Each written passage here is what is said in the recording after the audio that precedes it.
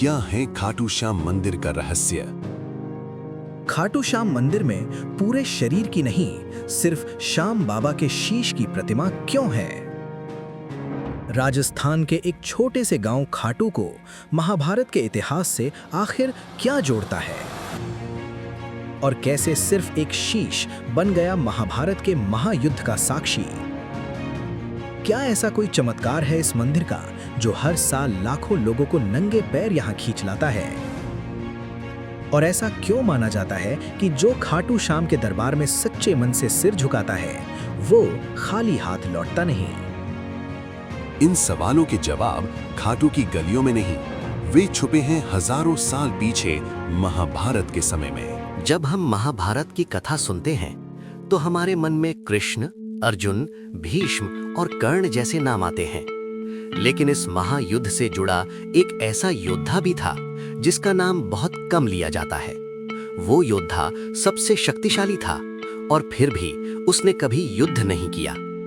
ये कथा है खाटू श्याम की। खाटू श्याम का जन्म बारबारीक के रूप में हुआ। वे पांडव भीम के पौत्र और वीर घटोत्कच के पुत्र थे। वीरता उन्हें वंश से मिली थी, लेकिन उनका स्वभाव शांत और गंभीर था। जहां अन्य बालक शस्त्रों का अभ्यास करते थे, वहीं बारबारीक अकेले बैठकर ध्यान में लीन रहते थे।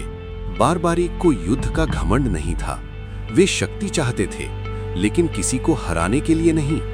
उन्होंने भगवान शिव की कठोर तपस्या की। उनकी प्रार्थना सरल थी, हे महादेव, मुझे ऐसा सामर्थ्य दीजिए कि जब अधर्म बढ़े तो मैं धर्म का साथ दे सकूं। दिन बीते, रातें बीती, शरीर थक गया, लेकिन संकल्प नहीं टूटा।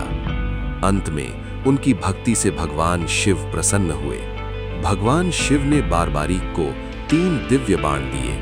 पहला बाण शत्रुओं को चिन्हित करने के लिए, दूसरा बाण रक्षा के लिए और तीसरा बाण सभी चिन्हित शत्रुओं का एक साथ विनाश करने के लिए। इन बाणों के साथ बारबारीक अजेय हो गए। कुरुक्षेत्र युद्ध से पहले बारबारीक ने एक वचन लिया। उन्होंने कहा, मैं युद्ध में उस पक्ष का साथ दूंगा जो हार रहा होगा। ये वचन करुणा से जन्मा था, लेकिन इसके परिणाम भयानक हो सकते थे, क्योंकि यदि बारबारीक युद्ध में उतरते तो युद्ध कभी समाप्त नहीं होता। धर्म की रक्षा के लिए कृष्ण स्वयं आए, एक ब्राह्मण के रूप में। लोक कथाओं के अनुसार कृष्ण ने बारबारीक की शक्ति को परखने के लिए एक परीक्षा ली। उन्होंने एक वृक्ष की ओर संकेत करते हुए कहा, यदि तुम वास्तव में अजेय हो तो अपने बाण से इस पेड़ के सभी पत्तों को भेद कर दिखाओ। बारबारीक ने एक ही बाण चलाया। वो बाण पेड़ के हर पत्ते को भेदता हुआ आगे बढ़ा, यहां तक कि जो पत्ता कृष्ण के चरणों में गिरा था, वो भी उस बाण से अछूता नहीं रहा। उसी क्षण कृष्ण समझ गए कि यदि ये योद्धा युद्ध में उतरा तो युद्ध का संतुलन नष्ट हो जाएगा। कृष्ण ने बारबारीक से पूछा, यदि एक पक्ष कमजोर हुआ और तुम उसकी सहायता करोगे तो वो पक्ष जीत जाएगा, फिर दूसरा पक्ष कमजोर होगा तो क्या तुम उसका भी साथ दोगे? बारबारीक कुछ क्षण मौन रहे, फिर बोले, हाँ, यही मेरा वचन है। तभी ब्राह्मण ने कहा, वत्स, मैं कृष्ण हूं। फिर उन्होंने कहा, क्या तुम जानते हो कि इस व्रत से युद्ध कभी समाप्त नहीं होगा? हर क्षण पक्ष बदलते रहेंगे और युद्ध चलता रहेगा। यदि तुम सच में धर्म की रक्षा करना चाहते हो तो मुझे दान दो। बारबारीक ने बिना सोचे कहा, जो मांगेंगे वो दूंगा। कृष्ण ने कहा, मुझे तुम्हारा शीश चाहिए। बारबारीक ने ना कोई प्रश्न किया, ना कोई संकोच दिखाया। उन्होंने केवल इतना कहा, यदि इससे धर्म की रक्षा होती है तो ये दान मैं सहर्ष देता हूं। ना कोई भय, ना कोई दुख।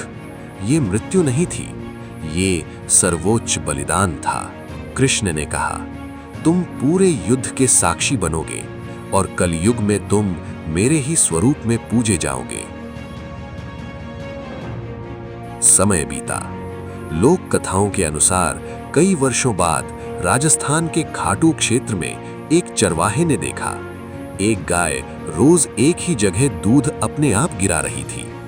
जब उस स्थान को खोदा गया तो वहां से एक शीश प्रकट हुआ। मान्यता है कि वो शीश वीर बारबारी का था। आज उसी स्थान पर खाटू श्याम जी का मंदिर है। वहीं से शाम की पूजा प्रारंभ हुई। खाटू श्याम त्याग और विश्वास के देवता हैं। आप सब पर अपनी कृपा सदैव बनाए रखें।